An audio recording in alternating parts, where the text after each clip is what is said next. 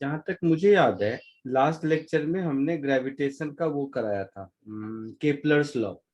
Yes ठीक है।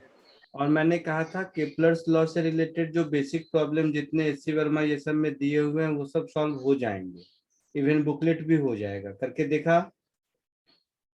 Yes हो गया। हो गया ना? हाँ। बट फिर भी मैं चाहता हूँ कि कुछ थोड़े से इसमें अच्छे क्वेश्चंस भी होते हैं, तो कुछ इसके क्वेश्चंस में और करा देता हूँ। फिर नेक्स्ट लेक्चर से हम लोग इलेक्ट्रोस्टैटिक्स में शिफ्ट हो जाएंगे। ठीक है? तो डाउट्स कब लोगे? इसके तो इसके तो सिर्फ लास्ट असाइनमेंट के डाउट्स बचे होंगे ना? और सर मॉड्यूल भी है 3 थोड़ा। के भी बचे हैं सर, और मॉड्यूल के भी बचे हैं, और 4। तो असाइनमेंट 3 हो गया था। असाइनमेंट 3 हुआ था शायद। ठीक है, चलो डाउट्स ही कर लेते हैं, ये बाद में करते रहेंगे, तो एडिशनल प्रैक्टिस के लिए मैं कह रहा था। डाउट्स बताओ। सर पहले थोड़े नहीं सर, अभी क्वेश्चंस प्रैक्टिस कर लेते हैं ना सर, फिर डाउट्स कर लेंगे। सर डाउट्स में मेंटरशिप में भी पूछ लेंगे कभी। डाउट्स में क्या है कि डाउट्स में तुम लोग ज्यादा डाउट पूछोगे, फिर पूरा क्लास चला जाएगा, इसलिए चाह रहा हूँ कि डाउट्स कर लो, खत्म कर लेते हैं, काम है। जैसा नहीं सर, बोलो पहले आप मतलब। क्वेश्चंस करा दो ना सर, वो हाँ बेटर। सर। हाँ सर। ठीक है, तो कुछ अलग टाइप के क्वेश्चंस करते हैं।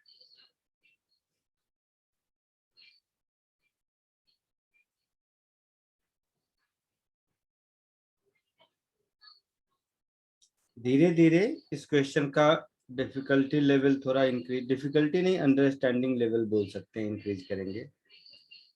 फाइनली जो सिखाना चाहता हूँ वहां तक। सबसे पहले ये वाला क्वेश्चन कीजिए।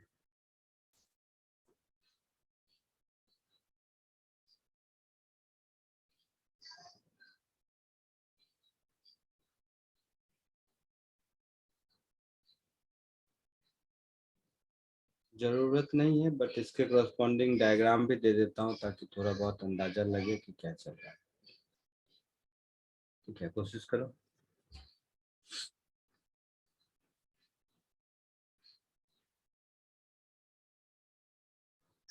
कोई कैलकुलेशन नहीं है, सिंबल में ही आंसर देना है, कैपिटल एम कैपिटल आर इस सब के फॉर्म में ही आपको आंसर देना है।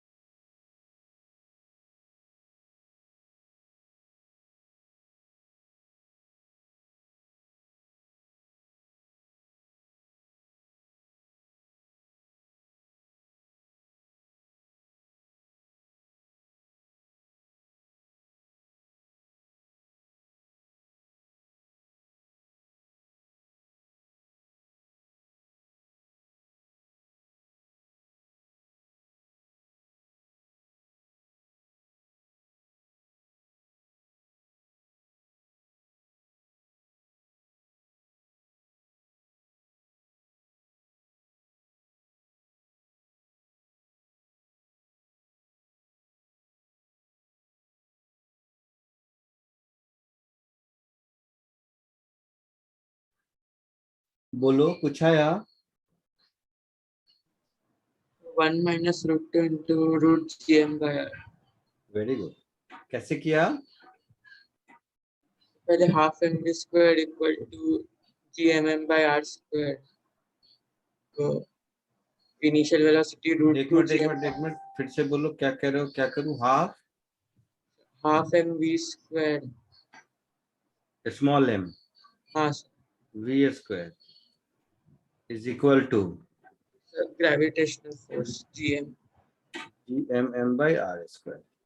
हाँ तो फिर वो भी root 2 gm by r. So v मिल गया रूट gm by r। ये v किस चीज का है? किस चीज का स्पीड है? फिर आपने Space gm by r square लिख दिया r होना। हाँ हाँ सर आ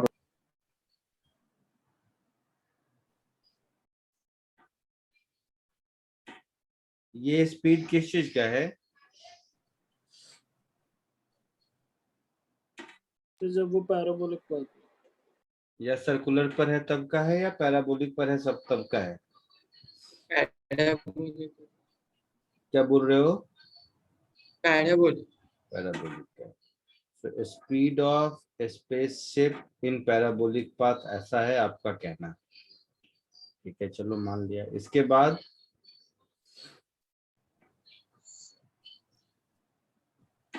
तो फिर mv square by r equal to gm by r square. तो उधर से जो ऑर्बिट के लिए चाहिए वो आ जाएगा v equal to root gm. mv square by r is equal to gmm by r r square. square. ये हो गया सर्कुलर ऑर्बिट के हिसाब Yes. से, है ना? तो इससे भी तो तुम्हें, अच्छा यहाँ पर 2 आएगा ना? Yes.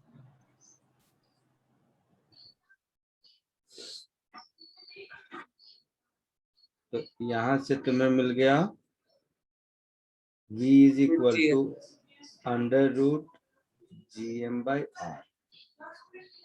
तो ये हो गया स्पीड इन सर्कुलर ऑर्बिट, है ना?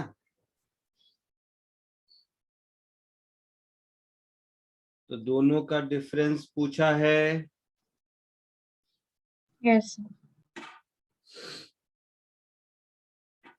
तो ये हो जाएगा under root gm by r into root 2 minus 1, ऐसा? So 1 minus root.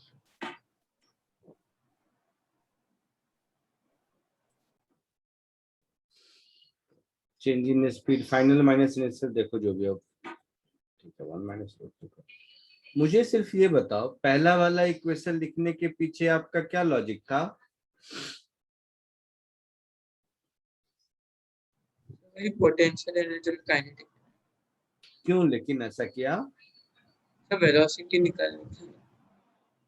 नहीं, बट पैराबोलिक पाथ में ऐसा होगा ये कैसे मालूम आपको?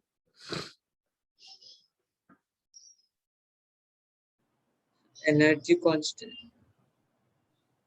हाँ, क्यों ऐसा होगा?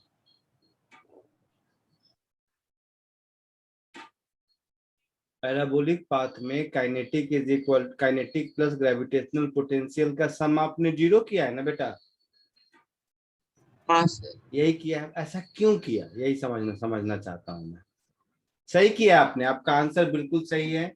मैं जस्ट एक फंडामेंटल सिखाना चाहता हूं इसके लिए।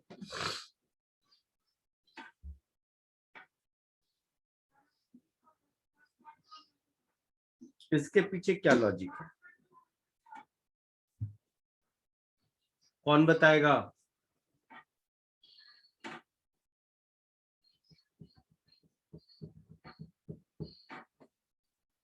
सर टोटल एनर्जी तो कांस्टेंट होगा ना।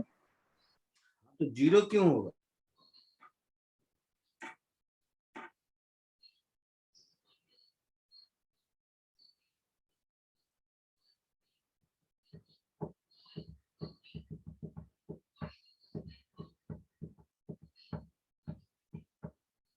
बोलो कौन बताएगा? ओरली बताना है, कुछ दिमाग नहीं लगाना है। सर पैराबोलिक पाथ है तो फिर कहीं इन्फिनिटी से आ रहा होगा, इसलिए इन्फिनिटी पे 0 होगा। हाँ, वेरी गुड। ये बाउंडेड ऑर्बिट नहीं हुआ ना, इसीलिए डायग्राम दिया था। बाउंडेड ऑर्बिट तो है नहीं, कहीं ऐसे इधर से आ रहा है, तो यहाँ जहां कहीं से भी आ रहा है वहां पर ग्रेविटेशनल पोटेंशियल तो जीरो ही होगा ना, समझ रहे हैं? जो जो पैराबोलिक पाथ होता है वो तो इन्फिनिटी से आता है ना, समझ रहे? दोनों ओर बाउंडेड कहीं नहीं रहता है। हाँ सर। ये बात समझ में आई? Yes sir. हाँ, इसके लिए ऐसा होगा। आई बात समझ में? यही अगर क्वेश्चन में Yes. पैराबोलिक पाथ नहीं लिखा हुआ होता तो हम ऐसा नहीं कर सकते हैं। एलिप्टिकल पाथ लिखा हुआ होता, कुछ और लिखा होता, तो हम ऐसा नहीं कर पाते। ये बात सबको समझ आया? हाँ सर। हाँ सर। ये समझाना मेरा पर्पस था। ठीक है, इस क्वेश्चन का पर्पस समझ आया क्या है? यस। ठीक है, तो हाँ इसको सर। अपने लैंग्वेज में ये रीजन लिख लीजिए। आगे बढ़ो। Yes sir.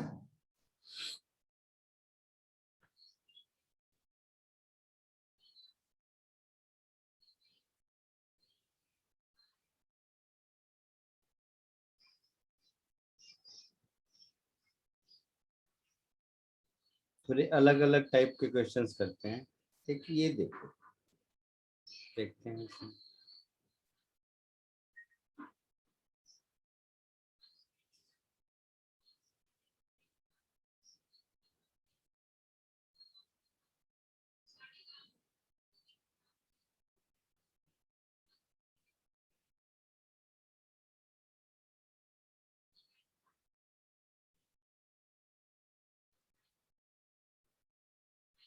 ये प्रूव करने की कोशिश करो।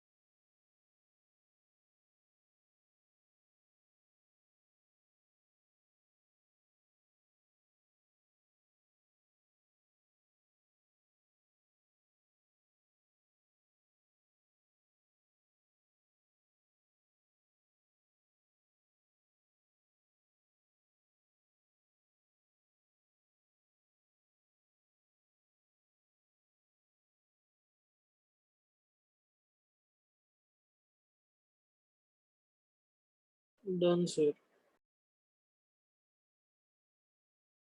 हो गया? हाँ सर। हाँ सर। Very good. कैसे किया? Who is energy in orbit and energy on surface? हाँ सर equate हाँ sir. Very good. Yes, sir. Same. सबका हो गया?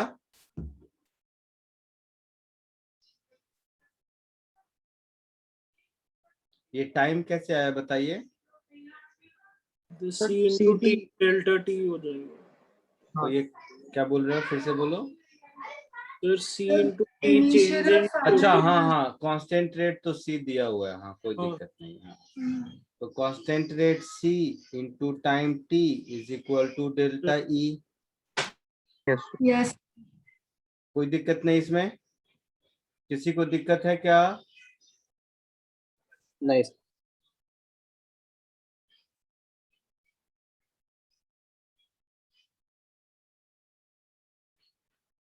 ठीक है, एक और देखो। अगेन थोड़ा सा हटके है।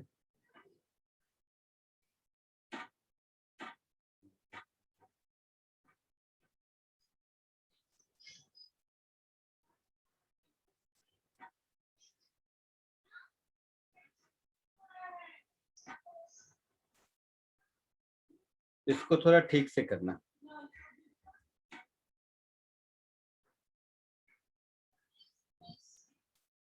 इसको थोड़ा ध्यान दे के अटेम्प्ट करना, कहीं गलत होने के चांस। ये इस टाइप के क्वेश्चन थोड़े बुकलेट और एससीवी में नहीं है, इसलिए मैं सोचा करा दूं। क्वेश्चन ठीक है, ये कोशिश करो।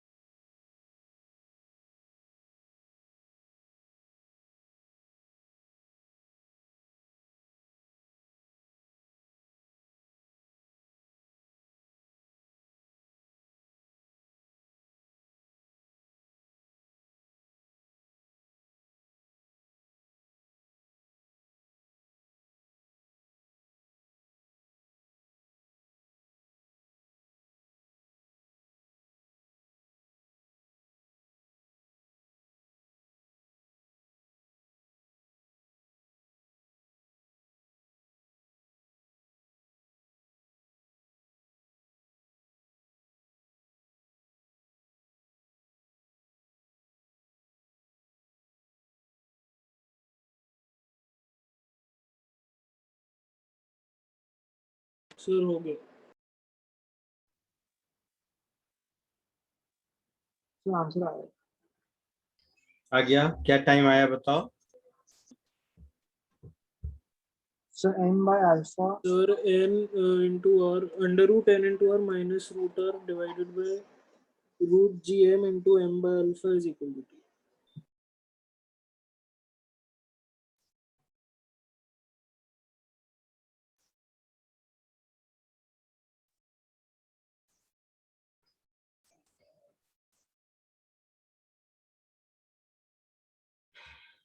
ये आंसर आया क्या?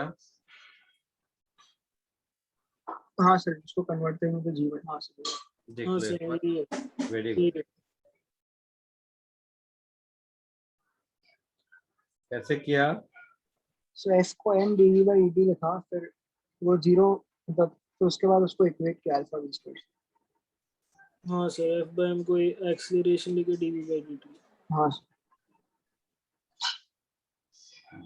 और फिर चेंज इन वेलोसिटी निकाली। और कोई?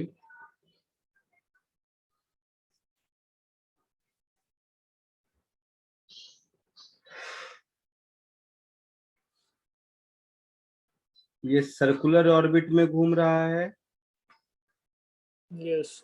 तो सर्कुलर ऑर्बिट में टोटल एनर्जी अगर आपको याद हो तो minus G capital M small m upon 2r ऐसा होता था, यस।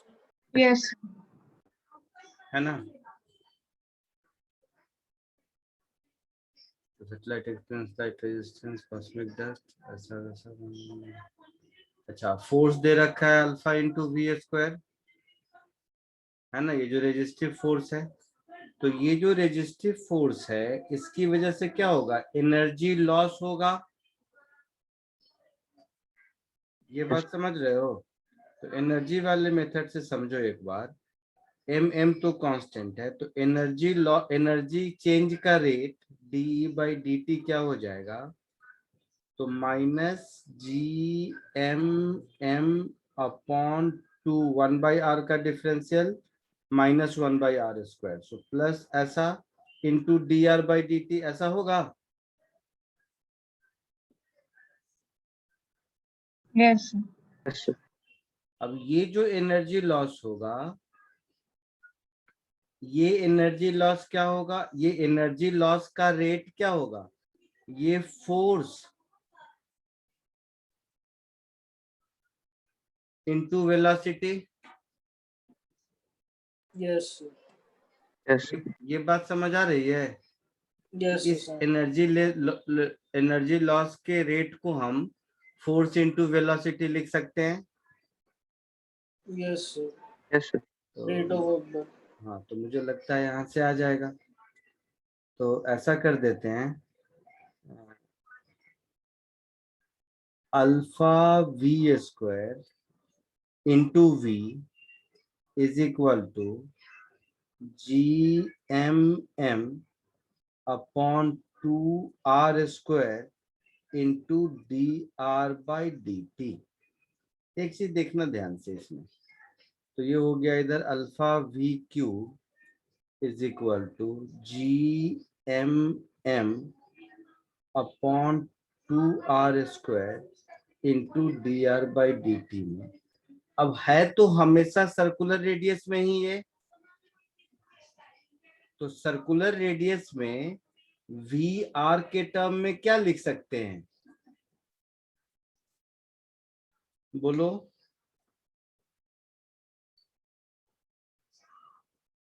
देखो ऊपर कितनी बार तो किया है, यस रूट gm by। ऐसा लिख सकते हैं ना?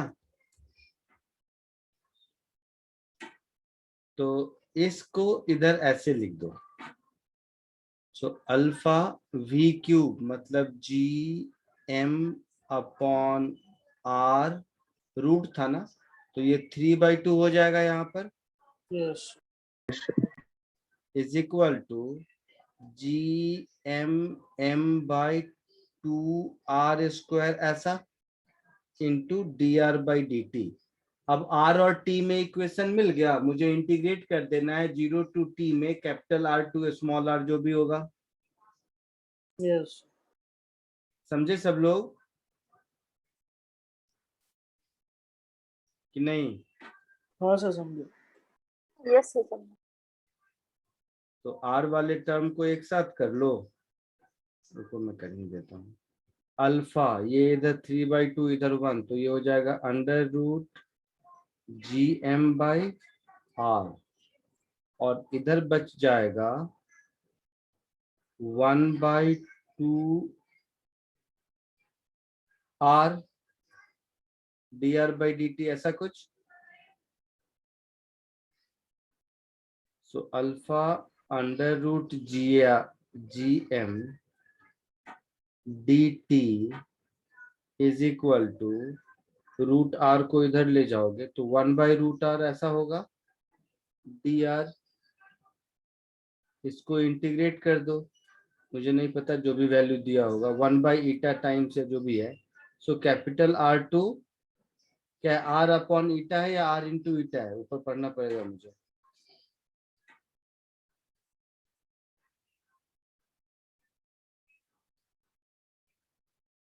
अच्छा, सर्कुलर और भुज radius exceed the radius of moon eta times, तो ईटा R से R तक होना चाहिए ना,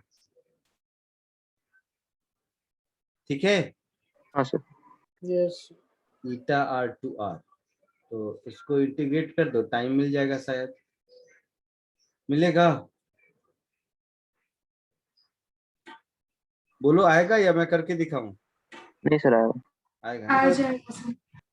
ठीक, थोड़ा माइनस प्लस का चक्कर देख लेना, क्योंकि मुझे लग रहा है कि यहाँ पर ये कहाँ गया, DE/dt पॉजिटिव आया है ना।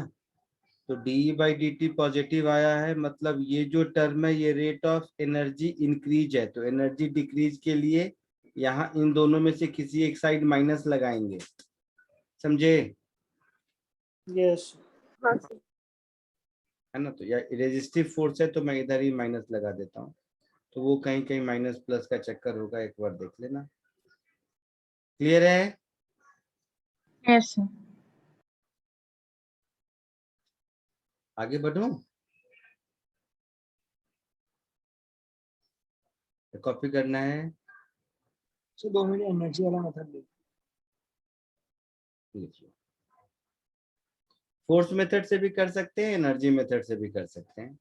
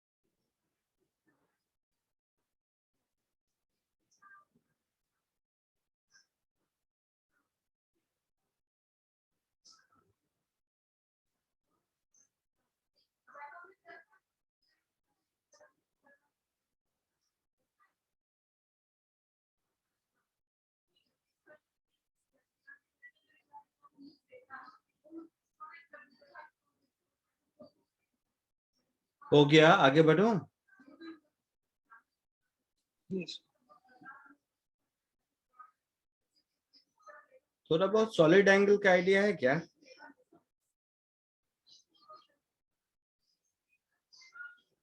बोलो। तो सिर्फ नाम सुना है और यूनिट पता है। जैसे एक बार सिनेरियो समझो, जैसे ये एक जियो स्टेशनरी सैटेलाइट है, ठीक है, जो अर्थ सरफेस से कुछ भी ले सकते हो, मान लेते हैं ऐसा h हाइट ऊपर इस ऑर्बिट में घूम रहा है, और जियो स्टेशनरी है, मतलब जो अर्थ के रोटेशन का स्पीड है वही इसका भी होगा ओमेगा। तो ये हमेशा अर्थ का कितना सरफेस एरिया कवर करेगा, इतना करेगा ना। हाँ सर। हाँ सर। हाँ सर। ये एरिया आपको ढूंढना है। क्वेश्चन समझ आया? ऐसा असाइनमेंट में भी था। हाँ हाँ, इसीलिए जानबूझ के मैं कह रहा हूँ, ये सब करोगे तो असाइनमेंट थोड़ा और इजी हो जाएगा। क्या है कि बुकलेट में थोड़ा सा क्वेश्चन ऐसा है नहीं। क्वेश्चन समझ आया कि नहीं मैं क्या पूछ रहा हूँ? हाँ यस सर, क्वेश्चन समझ। क्वेश्चन समझ आया। जैसे यहाँ पर सैटेलाइट है तो ये पूरा अर्थ तो कवर नहीं करेगा ना, ये अर्थ का सपोज जस्ट ऐसे ही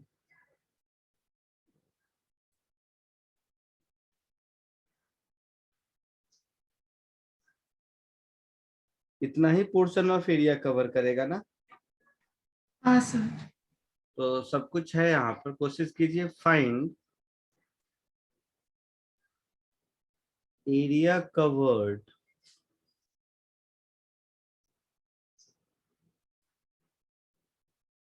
by the satellite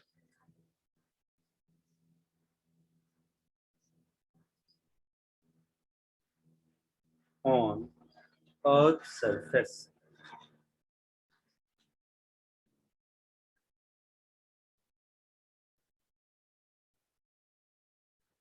ठीक है, कोशिश करो। क्वेश्चन नंबर 4 होगा ये। हाँ सर। कोशिश करो सोचने का कैसे निकाल सकते हैं ये।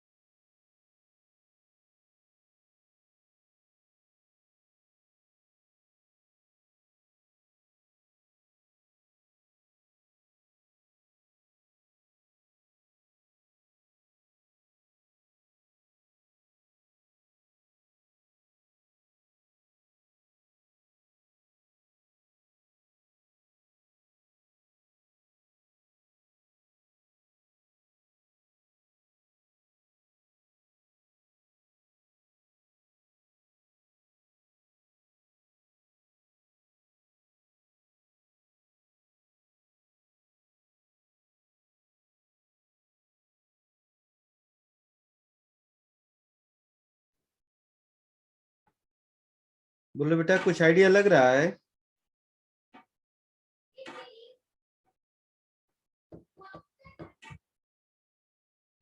बोलो कोई।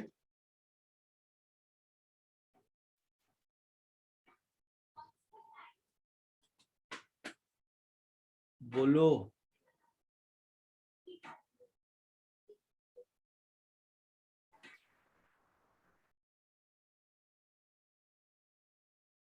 कुछ आइडिया लग रहा है या नहीं?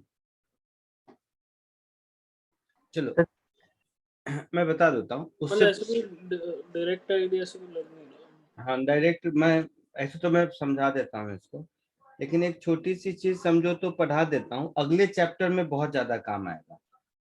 गॉस लॉ जब पढ़ेंगे इलेक्ट्रोस्टैटिक्स का सेकेंड पार्ट, तो उस ग्रेविटेशन में तो इसके चलो बहुत कम क्वेश्चन मिलते हैं, और उसके आगे भी मतलब ये आगे आने वाले हर जगह काम आएगा। तो डायरेक्टली मैं ये क्वेश्चन सॉल्व करूं उससे पहले एक सॉलिड एंगल का छोटा सा कॉन्सेप्ट बता देता हूं, ठीक है? उसके बाद हो सकता है ये आप खुद सॉल्व कर लो। Okay sir. कंट्रोल एक्स, क्योंकि जब कर ही रहा हूं तो सीधे क्वेश्चन सॉल्व कर दूंगा, तो फिर अगले चैप्टर में मुझे पढ़ाना पड़ेगा। तो उससे अच्छा है कि मैं अभी वो छोटा सा ही कॉन्सेप्ट एक सिखा भी दूं।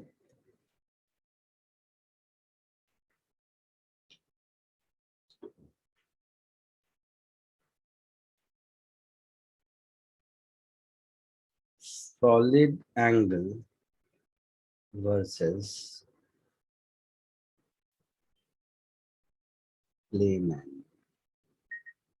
प्लेन एंगल मतलब ये जो तुम लोग एंगल पढ़ते हो ना, हम लोग जो अभी तक पढ़ते आ रहे हैं एंगल, ये प्लेन एंगल है। जो भी ट्रिग्नोमेट्री पढ़ते हो वो प्लेन एंगल से रिलेटेड है। इसीलिए ध्यान अगर दिए होगे तो लोनी की जो बुक है उसका नाम क्या है? Plane trigonometry. देखा है कभी? हाँ सर सुना। और हाँ, प्लेन वर्ड यहीं से आया है कि ये जो हम लोग एंगल पढ़ते हैं ये प्लेन एंगल है, और सॉलिड एंगल से रिलेटेड ज्योमेट्री दूसरी होती है। तो थोड़ा सा यहाँ पर एक सेंस आ जाए इसके लिए सब लोग ध्यान से देख। लिखने का काम बाद में, एक बार ध्यान से देख लो, और उसके बाद मैं बोलूंगा कि ये फॉर्मूला याद भी कर लोगे तो चलेगा। सपोज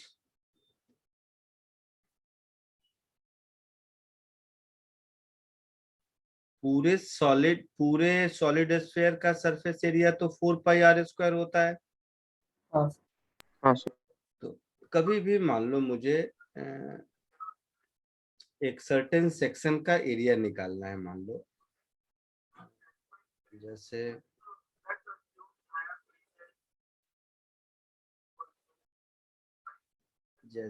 इतने दूर का सरफेस एरिया निकालना है, ठीक है? तो इतने दूर के सरफेस एरिया में क्या होगा, और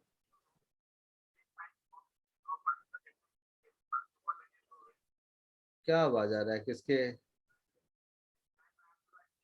किसके माइक्रोफोन का आवाज है?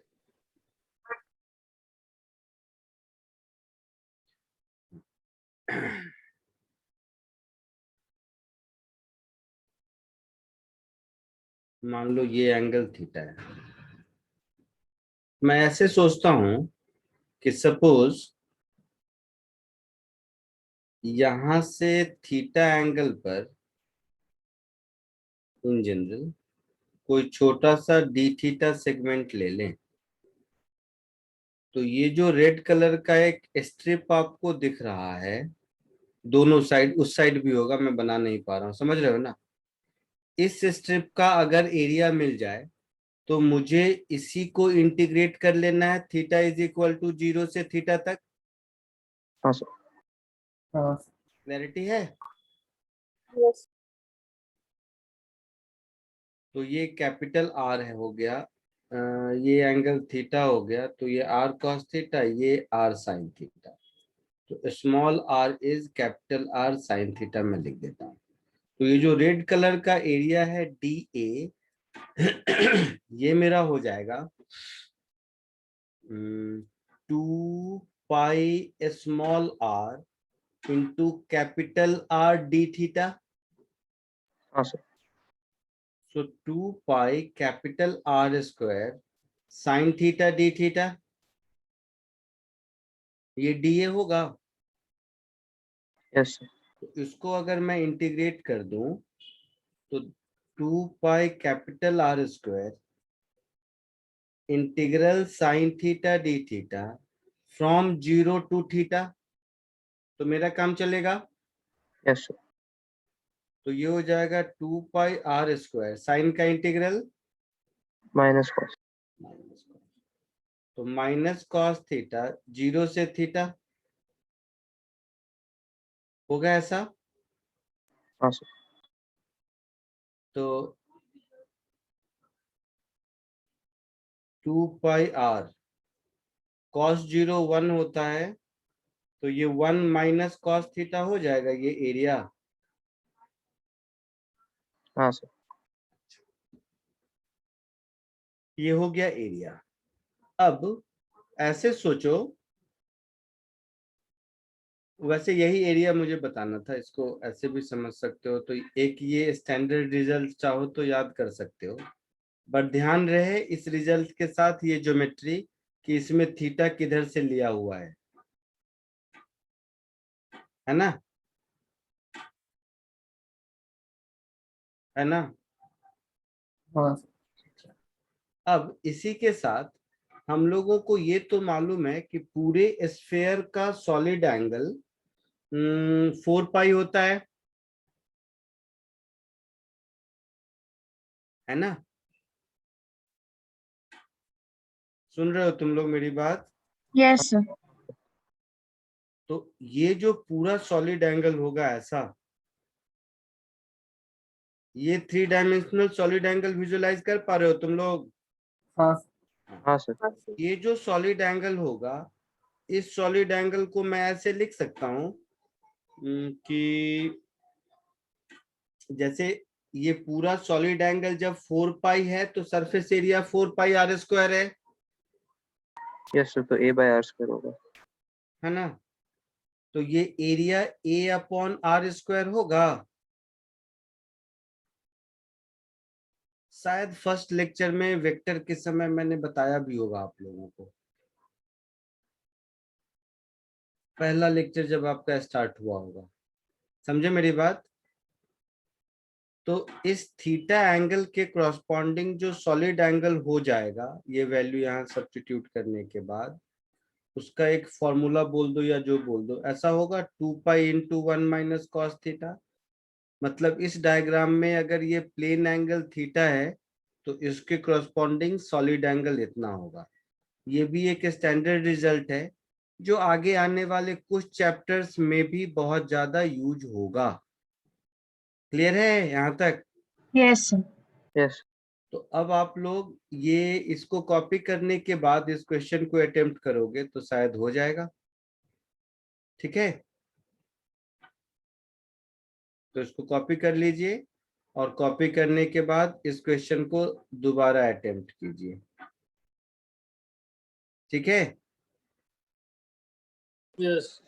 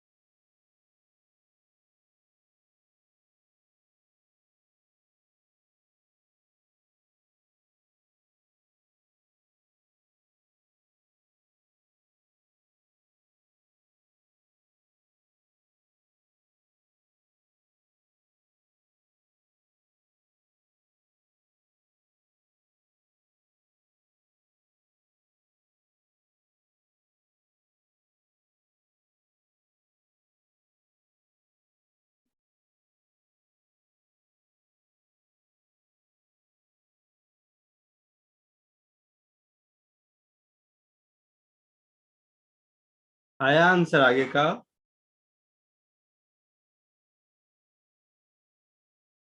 बोलो,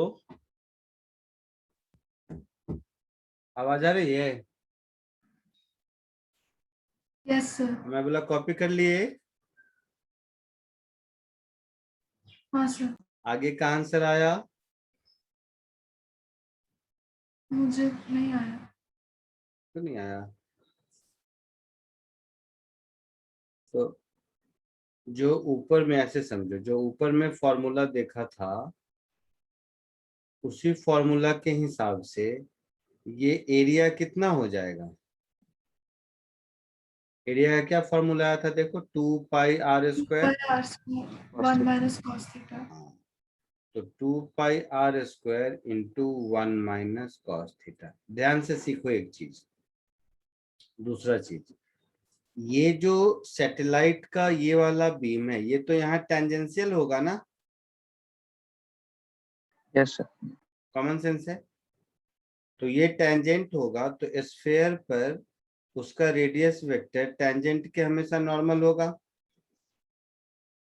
तो इसी फॉर्मूला में तो मुझे cos थीटा पुट करना है, और क्या? समझे? हाँ हाँ सर। हाँ हाँ सर। सर, cos x की थीटा वैल्यू क्या है। हुआ? b/h, that is radius of earth upon radius of earth plus h। आई बात समझ में? हाँ सर। बस आ गया आंसर, यही आंसर है। तो ये फॉर्मूला बता देने के बाद तो कुछ बचता नहीं है इस क्वेश्चन में।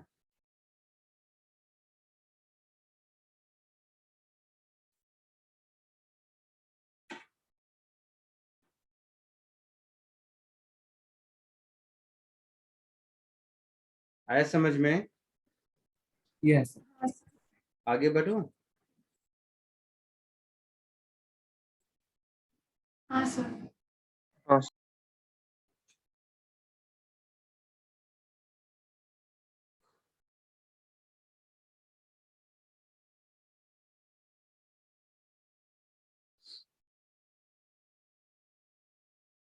एक क्वेश्चन होगा शायद एससीबी में, जो तुम लोगों को लगता होगा कि तुम लोगों ने कर लिया है, हो सकता है आंसर भी मिला होगा, मैं श्योर नहीं हूँ। एक था मिनिमम कोलैटिट्यूड वाला। हाँ सर नहीं। हाँ सर। हाँ, चलो एक बार उसको भी कर लो।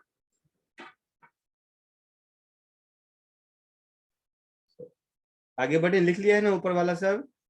हाँ एक इसको ट्राई करो। कोलैटिट्यूड का मतलब मालूम है?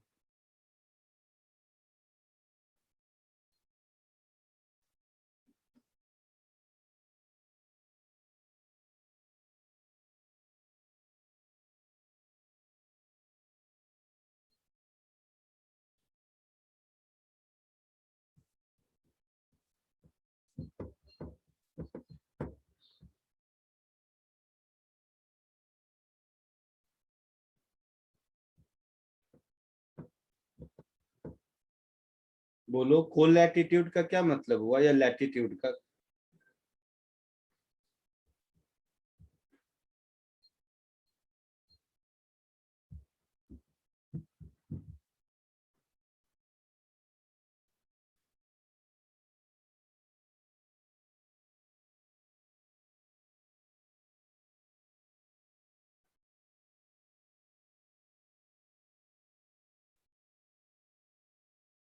बोल ही नहीं रहे हो तुम लोग।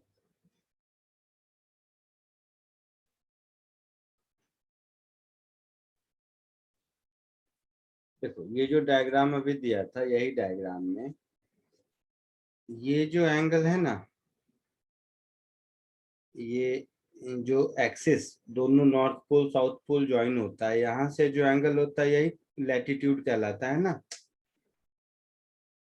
लैटिट्यूड लॉन्गिट्यूड मालूम है ना? हाँ सर।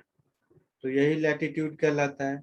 तो मिनिमम को लैटिट्यूड दैट कैन रिसीव्ड, तो जैसे जैसे यहां से लेकर यहां तक रिसीव करेगा, डिपेंड करता है सेटेलाइट कितना है।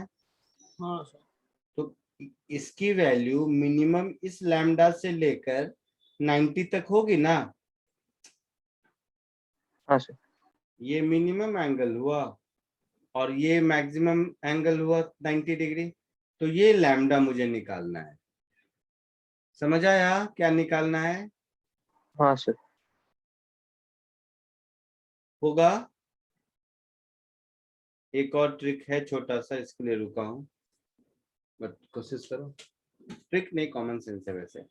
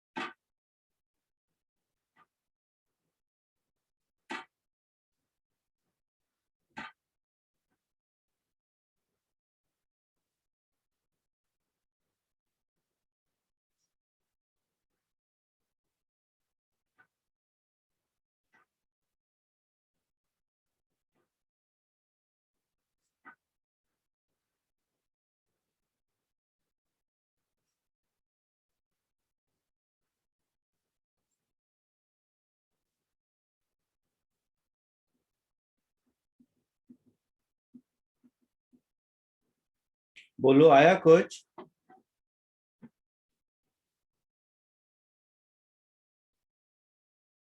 नहीं तो मेरी बात बताओ। पहले क्या करो, जियो स्टेशनरी सैटेलाइट है, हाँ या ना? Yes. यस। तो इस जियो स्टेशनरी सैटेलाइट के लिए एच का वैल्यू तो फिक्स होगा ना।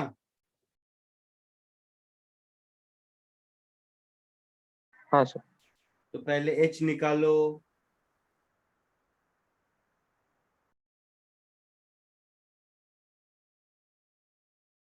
और ये 90 हो गया, ये लैम्डा है, तो ये 90 माइनस मतलब ये लैम्डा होगा।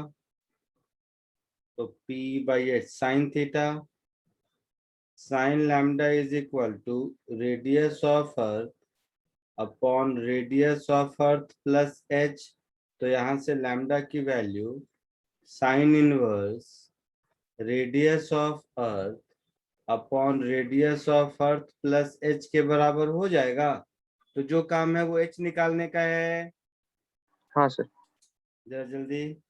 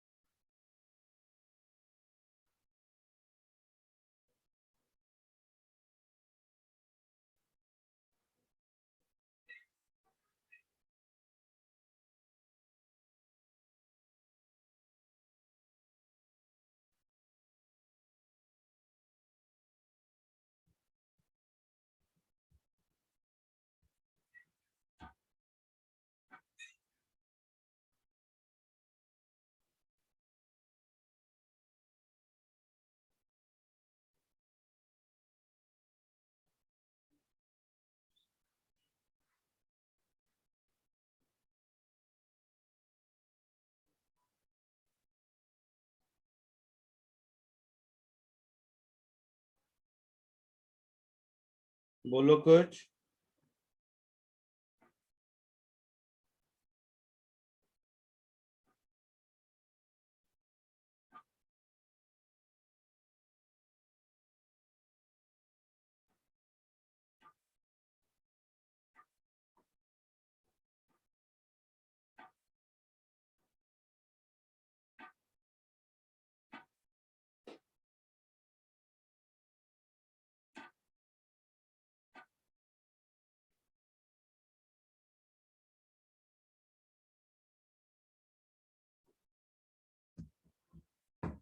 तो बोलो तो सही, बहुत आसान है, लाओ मैं कर देता हूँ, छोड़ो।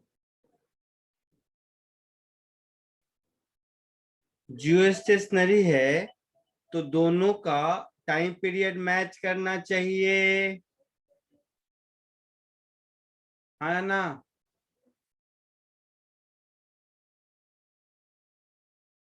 आवाज आ रही है? हाँ सर। हाँ, तो दोनों का टाइम पीरियड मैच करना चाहिए। Yes sir. ठीक है, तो ये इसका टाइम पीरियड और इसका टाइम पीरियड, इसका सर्कुलर ऑर्बिट के टाइम पीरियड का तो फॉर्मूला है मेरे पास। हाँ सर। क्या फॉर्मूला है?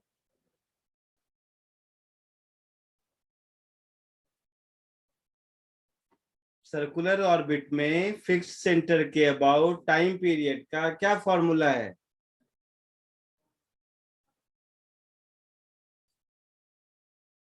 Sir 2 pi r to the power 3/2 हाँ, तो divided आर by की जगह, एक मिनट, आर की जगह यहाँ पर आर ई प्लस एच हो जाएगा, हाँ yes divided by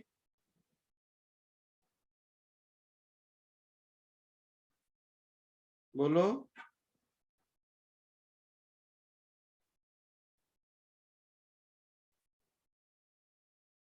root G M. Under root G M, ऐसा होता है ना। हाँ सर।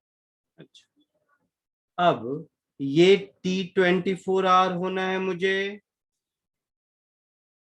और ये क्या है, मास ऑफ अर्थ है ना। तो T is equal to 24R into 3600, मान लो ऐसा कुछ 86,400 सेकेंड्स अगर करोगे तो यहाँ पर H की वैल्यू क्या मिलेगी? अच्छा, कैलकुलेट करना इतना मुश्किल नहीं है, क्योंकि अंडर रूट जीएम को स्मॉल जी के टर्म में रिप्रेजेंट कर सकते हो, हाँ सर, फिर पाई को रूट जी भी कर सकते हाँ हैं। सर।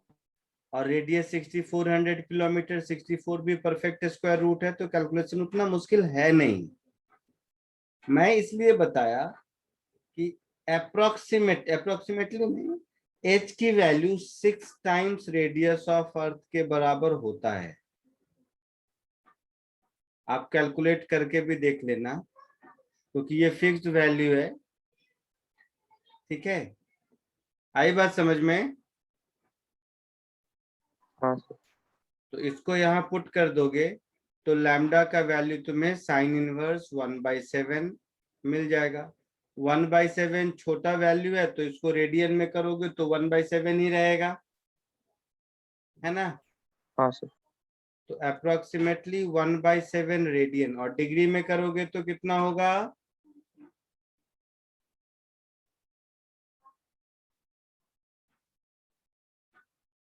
एक रेडियन कितना डिग्री होता है? 180/5।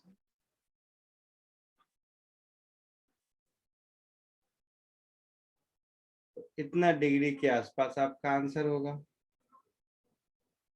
ठीक है, यस सर। ये क्वेश्चन एससी वर्मा में भी रहता है, बट मोस्टली मैंने देखा है, पता नहीं कभी कोई पूछता नहीं है, सब लोग लगभग आ जाता है या क्या, मुझे नहीं पता उतना।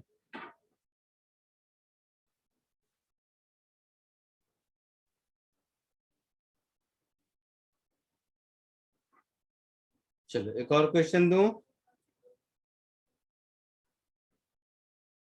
एक और देखो, ये इस टाइप का क्वेश्चन भी थोड़ा मिसिंग है जनरल बुक में, बट क्वेश्चन बहुत सीधा साधा रहता है। क्वेश्चन नंबर 6,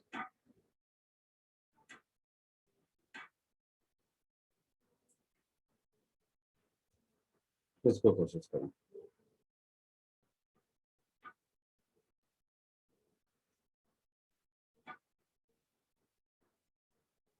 तो सोच समझ के करना, गलत हो सकता है।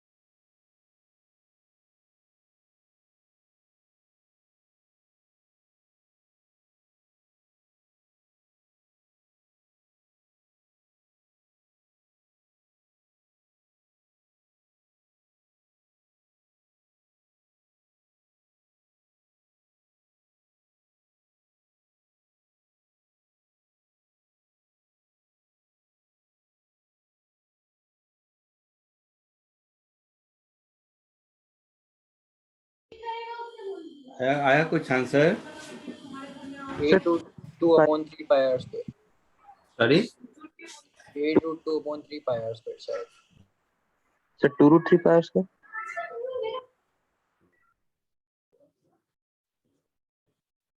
नहीं और कोई? Sir 2√3 pi R square. 2√3 pi R square सही है शायद, शायद देखते हैं सॉल्व करके एग्जैक्टली।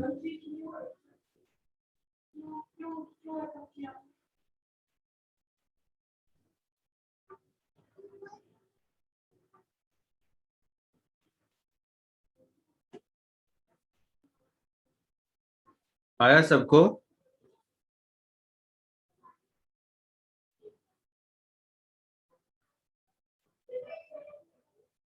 आया सबको या बताने की जरूरत है? देखो इधर,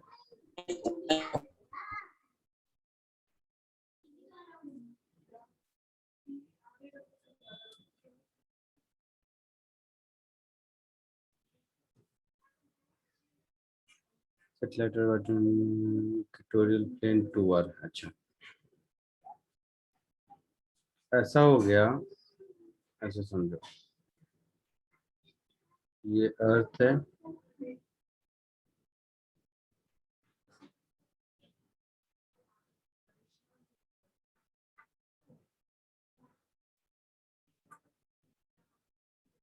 सैटेलाइट कहीं यहाँ पर है मान लो, और ये अर्थ का सेंटर है। तो इक्वेटोरियल प्लेन पर R E radius of earth, ये distance twice of radius of earth दिया हुआ है। हाँ सर. कम कर देता हूँ इसको। ऐसा, तो ये डिस्टेंस हो गया मेरा ट्वाइस ऑफ रेडियस ऑफ अर्थ। तो यहाँ पर अगर कोई सैटेलाइट है तो यहाँ से टेंजेंट अगर ड्रॉ करेंगे हम,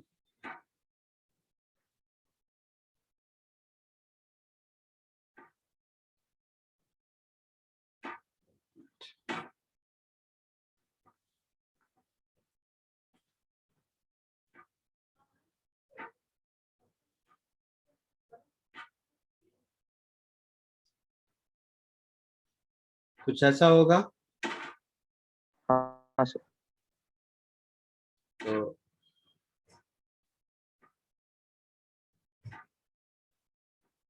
ये ऐसे परपेंडिकुलर होगा,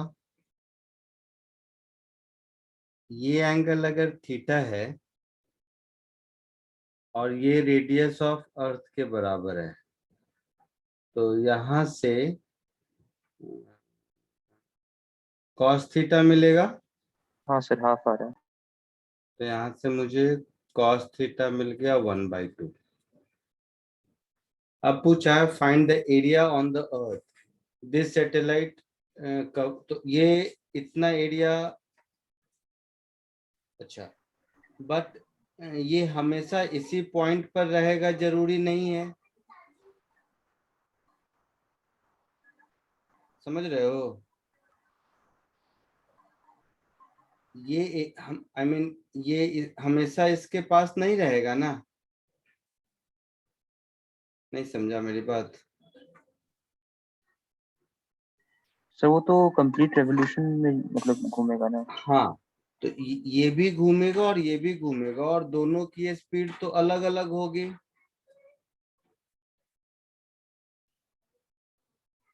हाँ सर. ये ऐसे जाएगा और ये इक्वेटोरियल प्लेन में ऐसे जा रहा है अगर, रुको पूछा क्या, find the area on the earth the satellite will cover for communication purpose in complete one revolution। तो क्या होगा कंप्लीट वन रिवोल्यूशन में? ये जो सरफेस एरिया है, कैसे समझाऊं वही मैं सोच रहा हूँ।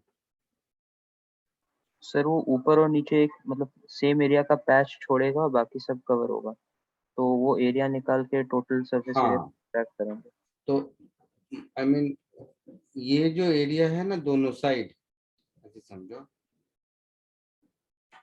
ऐसे अब देखो होता क्या है ना कि अगर ये जियो स्टेशनरी होता तब तो इतना ही एरिया कवर करता। मैं ये समझाने की कोशिश कर रहा हूँ, अगर ये जियो स्टेशनरी होता तो उस केस में इतना सरफेस एरिया कवर करता सिर्फ।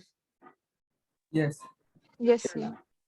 लेकिन ये जियो स्टेशनरी नहीं है तो ये जो रेड कलर का पैच दिख रहा है ये चारों ओर होगा ऐसा। हाँ. हाँ सर। क्योंकि जियो स्टेशनरी का हाइट अभी ऊपर देखा था सरफेस से 6 टाइम्स रेडियस 6r के बराबर होता है, ये उससे बहुत कम है तो इसकी स्पीड ज्यादा होगी। तो ये एक कंप्लीट रिवॉल्यूशन जब अर्थ का पूरा कर लेगा तो ऐसा पूरा पैच यूज करेगा ना। हाँ सर। हाँ सर, समझ हाँ गया. सर। तो Yes, sir. कहने का मतलब मेरा ये है, रुको एक बार ठीक कर लो ऐसा। तो ये जो एरिया है ना ये कौन सा ये पैच का एरिया और ये पैच का एरिया छोड़कर पूरा एरिया करेगा। हाँ. क्लियर है? हाँ. अच्छा, तो एक तरीका ये हो सकता है अगर मैं इस एरिया को ए बोल देता हूं फॉर एग्जांपल तो मेरा आंसर होगा 4 पाई r square minus twice of this area. हाँ. अच्छा, अब ये एंगल अगर थीटा है, ऐसे सोचो ये एंगल अगर थीटा है तो ये 90 माइनस थीटा, हाँ सर। तो ये पूरा एंगल कितना हो जाएगा?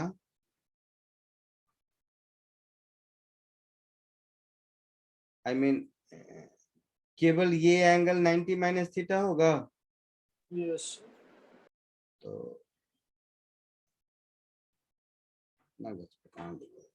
तो ये एंगल मेरा हो गया 90 degree minus theta.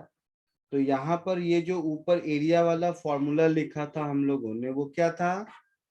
2 pi r square into 1 minus 2 cos. pi 2 pi r square into 1 minus cos theta. तो यहाँ पर कॉस 90 माइनस थीटा लिखूंगा मैं। हाँ sir. So 2 pi r square into 1 minus sine theta लिखूंगा मैं। Yes. और इस एरिया को यहाँ सब्स्टिट्यूट कर देते हैं तो जो आंसर हमारा होगा ये हो गया 4 पाई r square minus twice a that is again 4 pi r square into 1 minus sine theta. ठीक है?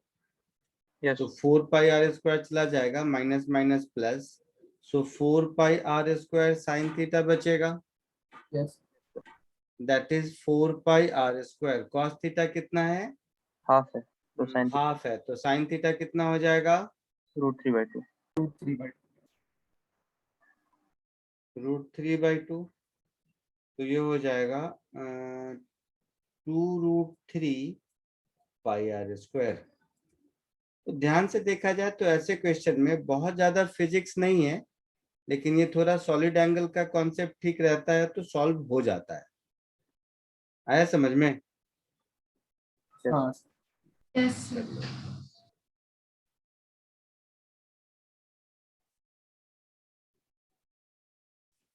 वैसे तो मतलब मेरे लिए इनफाइनाइट ऐसे क्वेश्चंस होंगे लेकिन बाकी अब इस चैप्टर को क्लोज करते हैं। कुछ और कराना होगा तो एडिशनल प्रॉब्लम सॉल्विंग जो जीनियस बैच में कराता हूँ उसमें करा दूंगा, बट मोर देन इनफ है। आप लोगों के बुकलेट और असाइनमेंट और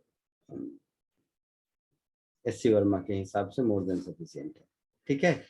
सो हम लोग आप लोग सॉल्व करते रहो ग्रेविटेशन और भी, बट नेक्स्ट लेक्चर में इलेक्ट्रोस्टैटिक्स स्टार्ट कर दूंगा। फिर एक दिन बीच में रुक के ग्रेविटेशन कर लेंगे क्योंकि आज के बाद हो सकता है कि जो असाइनमेंट मैंने दिए हैं उसमें थोड़ी और क्लैरिटी मिले और ज्यादा नंबर ऑफ क्वेश्चन सॉल्व हो जाए। हाँ सर, बुकलेट के बुकलेट का एक्सरसाइज 4 और मेरे गिवन असाइनमेंट इन दोनों में हो सकता है आज के इस प्रॉब्लम सॉल्विंग सेशन के बाद थोड़ा और आपको क्लैरिटी मिल जाए, है ना? यस ठीक है, चलो इसको कॉपी कर लो। आज के लिए इतना ही, नेक्स्ट लेक्चर में मिलते हैं। बाय या thank you thank you sir. Sir. Sir.